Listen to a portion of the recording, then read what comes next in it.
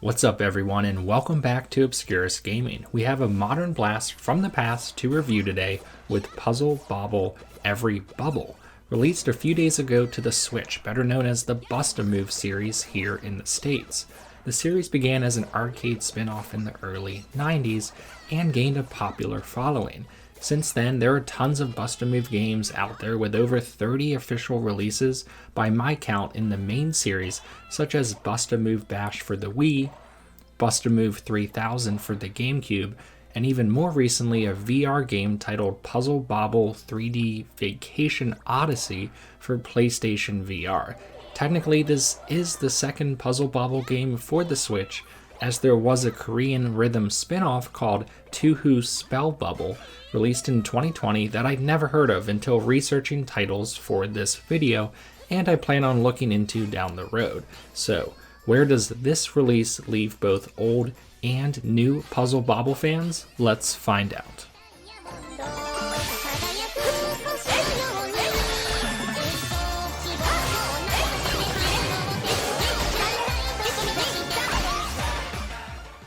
Conceptually, Puzzle Bobble is a fairly straightforward experience, but I'll explain it anyways. The game mainly involves a Tetris-esque screen of multicolored bubbles that slowly descend downwards.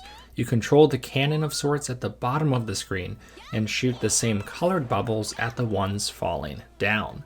Any sets of 3 or more causes the bubbles to disappear. You'll be scored on how many bubbles you can line up or drop.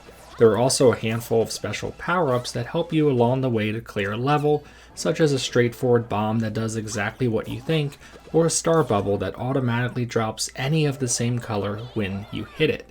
You will use these tools, power-ups, and others to hone in your Puzzle Bobble skills, with speed, strategy, and accuracy all contributing to how well you score.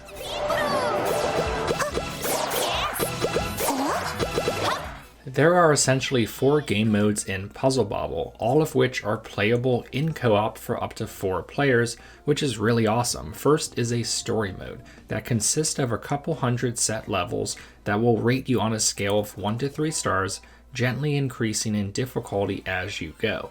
Additional and more difficult levels unlock after you 3-star everything, along with new characters. The story isn't necessary but does help with the overall presentation of Rainbow Island, and a way to introduce some of the characters. Next is something called Baron's Tower, which is an endless mode where you unsurprisingly try to survive as long as possible, complete with separate online leaderboards for 1 to 4 players. Third is a versus mode, both offline and online, where you will compete head-to-head against your opponents. This changes the gameplay ever so slightly by sending any cleared bubbles towards your opponent, essentially making it a race to clog up your opponent's screen. I personally could not put this game mode down, and a few minutes quickly turned into a few hours of versus games. And finally, the last game mode is more of a novelty.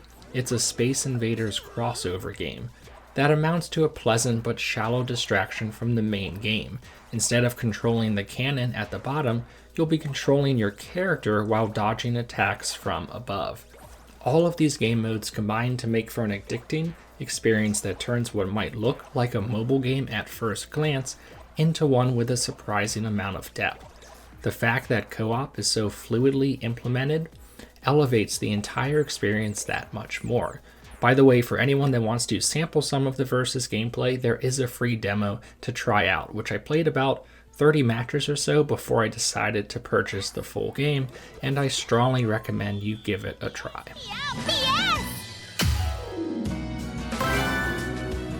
Quick side note for any collectors out there are 5 different physical editions of this game you can pick up, including a regular retail release sold exclusively on Amazon, a limited edition sold only through GameStop, and several special editions sold by Strictly Limited Games.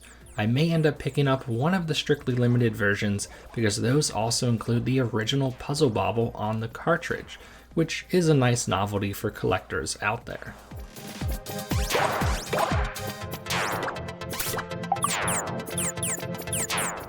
No matter what version you get, I think the game's $40 price point is justifiable. It's polished, performs well on a technical level, and contains plenty enough to do despite the simple presentation. I am pleasantly surprised at how much fun the gameplay is for what is a simple concept overall. I see why people would have loved playing this at an arcade back in the day. That being said, the Bubble shooting gameplay is similar throughout all the 4 game modes, and looks very similar to past Puzzle Bobble games, so this may just serve as comfort food for veterans of the series, where newcomers like me will probably get more out of it. Whatever camp you fall in, definitely give Puzzle Bobble Everybubble some of your time. Peace out, everyone. Yeah!